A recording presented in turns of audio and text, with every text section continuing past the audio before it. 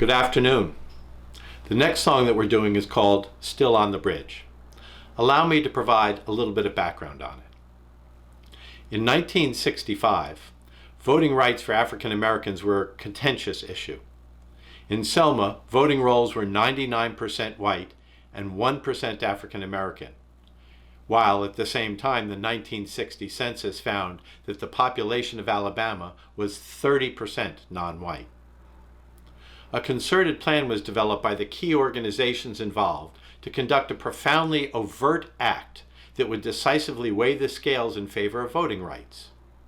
The plan was to march the 54 miles from Selma to Montgomery, where a rally would be held on the steps of the state capitol, and where movement leaders intended to meet with Governor George Wallace.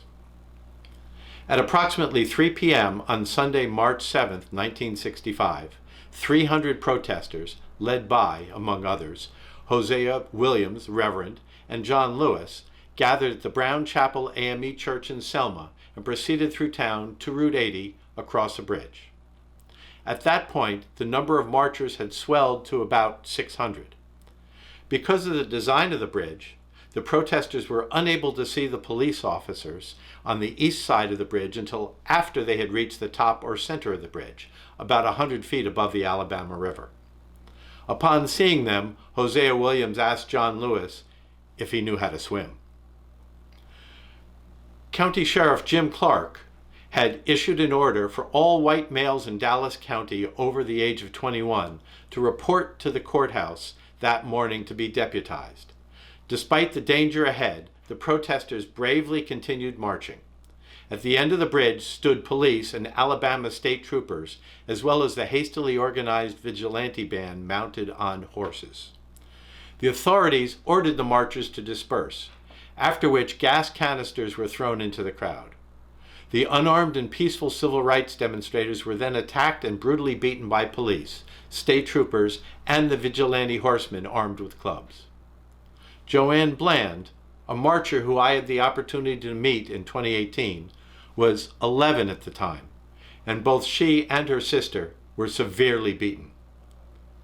Televised images of the attack presented Americans and international audiences with horrifying images of marchers left bloodied and severely injured. In all, about 17 marchers were hospitalized and 50 were treated for lesser injuries. This event galvanized forces for voting rights and increased their support.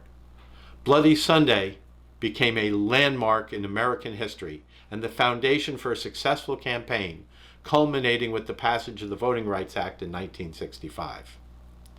Built in 1940, the bridge about which we are singing is named after Edmund Winston Pettus, a lawyer, a judge, Confederate brigadier general, a Grand Dragon of the Alabama Ku Klux Klan, and also a U.S. Senator.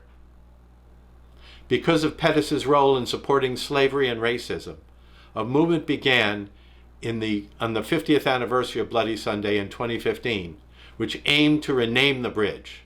That's where this song was born. Changing the name would require the approval of the Alabama legislature. An earlier attempt to change the name in 2010 failed. Maybe now is the time.